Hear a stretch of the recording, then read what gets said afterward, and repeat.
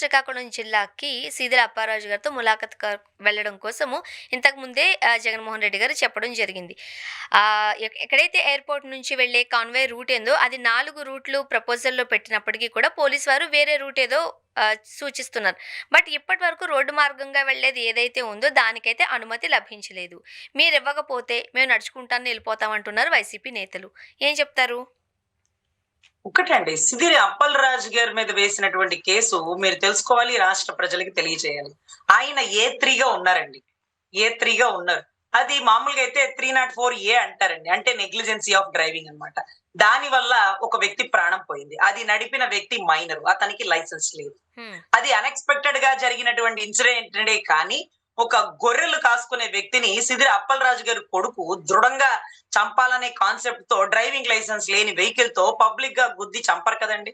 So అది regular గా కనీసం రాష్ట్రంలో ప్రతిరోజు ఒక 1000 కేసులు నమోదవుతాయి. ఒక 1000 కేసులు.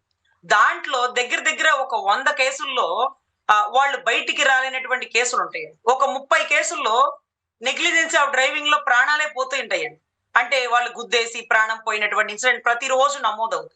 కానీ ఎవరింట్లో కేసు ఇది సిదిరి అప్పలరాజు గారి కొడుకు కాబట్టి హైలైట్ చేసినారు. ఆయన్ని ఆయన్ని అరెస్ట్ చేసిన కారణాలు ఏంటంటేనండి, ఆయనట ఎవిడెన్స్ ని తారుమారు చేసేస్తాడట. ఆయనంట సాక్షుల్ని భయపెట్టేస్తాడట. ఆయనంట ఆ కేసులోంచి కొడుకును బయటికి తీసుకురావడం కోసం ఇంకేమైనా చేసేస్తాడట. ఆయన కావాలనే ఆ బైక్ ఇచ్చి పంపించినాడట. ఏమంటే ఇక్కడ ఓపెన్ గా చెప్తున్నది పబ్లిక్ గా జరిగిన ఇన్సిడెంట్. సాక్షుల్ని ఆయన ఎలా ప్రభావితం చేయగలుగుతాడండి? ఇంకొకటి ఏంటంటే ప్రభుత్వం వారిదుండగా సాక్షుల్ని బెదిరించే పరిస్థితి ఉంటదా అండి? ఒక పసిబిడ్డ అంటే 18 ఏళ్ల లోపు వ్యక్తి చేసిన తప్పుకి మీరు శిక్ష వేయండి. అందరికీ ఎలాంటి శిక్షో సిదిరి అప్పలరాజు కొడుకు కూడా అలాంటి శిక్షే. అతను పసిబిడ్డ, పైల్వాన్ బిడ్డ, సిదిరి అప్పలరాజు బిడ్డ ఇవన్నీ మనకు అక్కర్లా. ఒక వ్యక్తి నెగ్లిజెన్సీ ఆఫ్ డ్రైవింగ్ తో ఇంకొక వ్యక్తి చావుకి కారణం అయ్యాడు. కానీ చంపలా. చావుకి కారణం అయ్యాడు. సో దాని పరంగా చెప్పండి. అసలు ఇటువంటి కేసుల్లో A3ని అరెస్ట్ చేసిన చరిత్ర ఇంతవరకు ఆంధ్ర రాష్ట్రంలోనే లేదండి. కొత్తగా A3ని అరెస్ట్ చేయడం అనేది వింత విచిత్రం. కోర్టే ఆశ్చర్యపోతుంది. ఎందుకండి అంటే లేదండి అతను బయట ఉంటే ప్రభావితం చేసేస్తాడు అనేటటువంటి అరుదైన ఆన్సర్. సో రోజా గారు 100 కోట్లు స్కామ్ చేసేసింది. అదేంటది ఆవిడ ఆడుదాం ఆంధ్రలో అన్నారండి. ఆఖరికి ఆవిడ మీద ఏం కేసు నమోదు చేశారండి? ఆవిడ ఏదో పేపర్లు చించేసిందంట ప్రభుత్వ వ్యతిరేకంగా.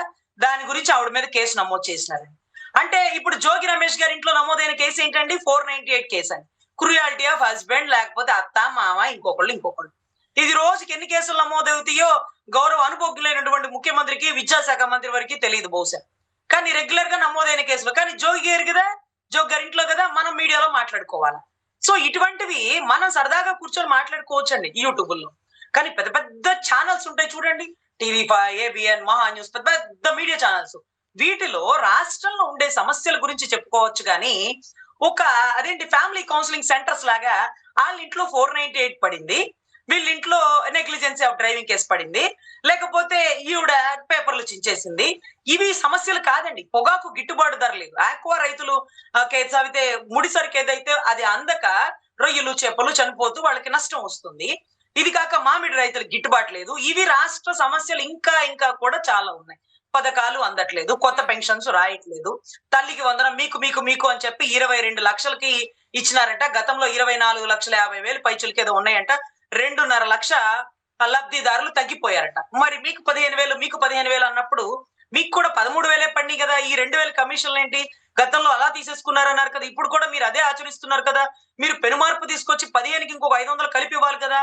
సో ఇవన్నీ కూడా సమస్యలండి. నేనేం చెప్తున్నానంటే ప్రముఖ ఛానల్స్ కి దయచేసి మీరు మీ కాన్సన్ట్రేషన్, జర్నలిజం అంటే నిజాన్ని బయటకు తీసుకురావాలి కాబట్టి మాలాంటి యూట్యూబ్ ఛానల్స్ తో పోటీ ఎందుకండి? చక్కగా మీరు సమస్యల మీద స్పందించండి. రాష్ట్రంలో ఎందుకు ఇబ్బందికర పరిస్థితులు ఎదుర్కొంటున్నారో రాష్ట్ర ప్రజలు అదే ఆలోచించండి. అంతేకాని మీరు కూడా పిచ్చాపాటి మాట్లాడుకుంటా ఆయన ఎవరండి? ఆ మహా న్యూస్ వంశీ గారు అనుకుంటా రాజీవ్ అని పిలుస్తున్నారండి. నాకు అసలు ఆశ్చర్యం అవుతుంది. ఆ రాజీవ్ని పిలుస్తాడేంటి ఆయన? వాణి అంటున్నారు. ఏంటి వీళ్ళు జోకర్ లాగా ఉన్నారా? జర్నలిజం ప్రొఫెషన్ చేస్తున్నారా? వాణి ఏమైతే మనకెందుకు, లేకపోతే రాజీవ్ ఎవరైతే మనకెందుకు, వాళ్ళ ఇంట్లో కేసు అయితే మనకెందుకు? అతని పూజకు పనికిరాని పువ్వు అయితే ప్రభుత్వ పథకం ఆగిపోతుందా? అతను ఒకవేళ పూజకు పనికొస్తే ప్రభుత్వ పథకాలు మనకు వచ్చేస్తాయా? సో మనం ఎటువైపు వెళ్ళిపోతున్నాం వ్యవస్థలు అనేది కొంచెం అర్థం చేసుకోవాలండి ఈ ప్రముఖ ఛానల్స్ వారు. కానీ ఏదైనా సరే నడుచుకుని వెళ్ళిపోతా అంటున్నారుగా? అదేనండి. పోరాట పటిమ ఉండేటటువంటి పరిస్థితుల్లో వారి ప్రయాణాన్ని ఎవరు ఆపలేరు. హ్మ్. మొన్న ఎప్పుడో ఫ్లైట్ ఆపేస్తే నేను ట్రైన్‌లో వచ్చేస్తానన్నారు. ఇప్పుడు ట్రైన్‌లు, దారులు, రూట్‌లన్నీ ఆపేస్తే నడుచుకొని వచ్చేస్తానన్నాడు. హ్మ్. పాదయాత్ర సంవత్సరం తర్వాత పెట్టాల్సిన పాదయాత్ర ముందే బటన్ నొక్కి ముందే ఓపెన్ చేసినారేమో చంద్రబాబు గారు. ఆయన నడుస్తానంటే ఆయనతో పాటు కలిసి నడిచేవారు వైజాగ్, విజయనగరం పరిసర ప్రాంతాల్లో కోకొల్లలు. సో పాదయాత్ర ముందే రావాలని కోరుకుంటున్నారా? లేకపోతే ఆయన యాత్రని ఆపాలని ఆలోచిస్తున్నారా? Whatever it may be. అంతేకాని ఆయన ములాఖత్ అనేది మాత్రం ఆపడం ఎవరి తరం కాదండి. అండ్ మరోపక్క జగన్మోహన్ రెడ్డి గారి నివాసం దగ్గరే ఒక స్లోగన్ వెలిసిందండి. యుద్ధంలో జగనన్నకు గాయం చేసిన మొనగాడు ఇంకా పుట్టలేదు. ఒట్టేసి చెబుతున్నా మేము జగనన్న కోసం యుద్ధం చేస్తాం. దేనికైనా సిద్ధం అన్నారు. మొన్నేమో రప్పా రప్పా అన్నారు. ఎలా పోతది ఇది ప్రజల్లోకి? ఒకటండి. ఇది ప్రజల్లోకి ఎటు సంకేతం వెళ్తుంది అనే దానికంటే నిన్నటి రోజండి డిఎస్సిలో జరిగినటువంటి స్కామ్ గురించి నారా లోకేష్ గారు ఒక సభ సాక్షిగా జగన్ అంటూ ఓపెన్ ఛాలెంజ్‌లు చేస్తున్నారండి. అతను ఒక మాజీ ముఖ్యమంత్రి, పులివెందుల ఎమ్మెల్యే, గతంలోనే ఎమ్మెల్యేలు, ఎంపీగా అన్ని పదవులు అధిరోహించినటువంటి వ్యక్తి. సింగిల్ బ్యాట్స్‌మన్ లాగా వన్ అండ్ ఓన్లీ ఆర్మీ లాగా తనని తానే నిరూపించుకుంటూ, తనని తానే చెక్కున్నటువంటి ఒక మహోన్నత శిల్పం లాంటి వ్యక్తి. అతని గురించి మనం మాట్లాడేటప్పుడు పులివెందుల ఎమ్మెల్యే గారునో, లేకపోతే మాజీ ముఖ్యమంత్రి గారునో అంటే బావుండు. మీరు విద్యాశాఖ మంత్రి అంటే ఫస్ట్ టైమ్ గెలిచినటువంటి ఎమ్మెల్యే. First time. అది ముగ్గురు కలిసి ఒకరి మీద పడిపోతే అది కూడా తారుమారు తక్కరమారు ఆటల్లో ఎలా అంత ఓటింగ్ వచ్చిందో అక్కడ ఉన్న వారికి అర్థం కావట్లా. సరే ఎట్టగొట్ట మీరు ఒక్కసారి ఎమ్మెల్యే అయ్యారు. ఒక్కసారి ఎమ్మెల్యే అయ్యారు. ఒక్కసారి ఎమ్మెల్యే అయిన మీకు ముఖ్యమంత్రితో, మాజీ ముఖ్యమంత్రితో ఓపెన్ ఛాలెంజ్ అవసరమా? మీరు అలా రెచ్చగొట్టే కొద్దీ, ఆయన్ని అనే కొద్దీ ఆయన సైన్యం ఇలాగే తిరుగుబాటు చేస్తారండి. అంటే ఎందుకు సైన్యం తిరుగుబాటుకు వస్తుందంటే మా నాయకుడితో యుద్ధం చేస్తారా? అయితే మా నాయకుడు వెనకాల మేమున్నామని. ఛత్రపతి శివాజీ మహారాజు జై భవానీ, జై శివాజీ అంటే ఆయన ఒక్కడే యుద్ధం చేయలేదండి. ఆయన కోసం ఎంతో మంది సైన్యం తరలి వచ్చి ఆయనతో పాటు ఎంతో మంది ప్రాణాలు కోల్పోయిన పరిస్థితి అండి. యుద్ధం అంటే ఒక వ్యక్తి చేసేది కాదు కాబట్టి రాజు మీద ఛాలెంజ్ విసురుతున్నారు కాబట్టి ఆ రాజు వెనకాల ఉండే సైన్యం ఎప్పుడు సిద్ధంగా ఉంటుంది అంటూ ఒక సంకేతాలు ఏమన్నా ఇస్తున్నారేమో వైసీపీ వాళ్ళు, నాకైతే తెలియదు. కానీ మీరు మాత్రం పబ్లిక్ స్టేజ్ల మీద గొడ్డలి పార్టీ, సైకోగాడు, నీది ఒక బతుక, వీళ్ళు కూడా లేకపోతే రెచ్చగొట్టే జగన్. విధంగానే ఫ్లెక్సీలు పెడుతున్నారు కదండీ! ఎగ్జాక్ట్లీ అండి. వాళ్ళు వీళ్ళ నుంచి ఎక్స్‌పెక్ట్ చేస్తున్నారు. వీళ్ళేదో 4 మాటలని వాళ్ళతో ఒక 40 మాటలు అనిపించుకోవాలనుకుంటున్నారు. ఆ చూడాలి. 40 మాటలు అనేవాళ్ళు ముందు వీళ్ళు మాట్లాడిన 4 మాటలకి స్పందిస్తున్నారనేది గ్రహించాలి. మిమ్మల్ని ప్రజలు ఎంపిక చేసి గెలిపించినందుకు టీసీఎస్, ఇన్ఫోసిస్, యాక్సెంచర్ కంపెనీ అమరావతిలో తీసుకురండి, డెవలప్ చేయండి. అంతేగాని ప్రజల్లోకి తీసుకువెళ్ళాలంట. తల్లి, చెల్లి, గొడ్డలనే నినాదాన్ని ప్రజల్లోకి తీసుకెళ్లాలంట. చెల్లికి బాగోకపోతే చూడలేని వాడు వీడు మనల్ని పరిపాలిస్తాడా? కనీసం కోడలితో కేసు వేయించుకున్న వాడు అతను మనకి మంత్రా? ఇతనితోనే మనం పరిపాలింపబడిందంటూ ఇవి ప్రజల్లోకి తీసుకెళ్లాలట.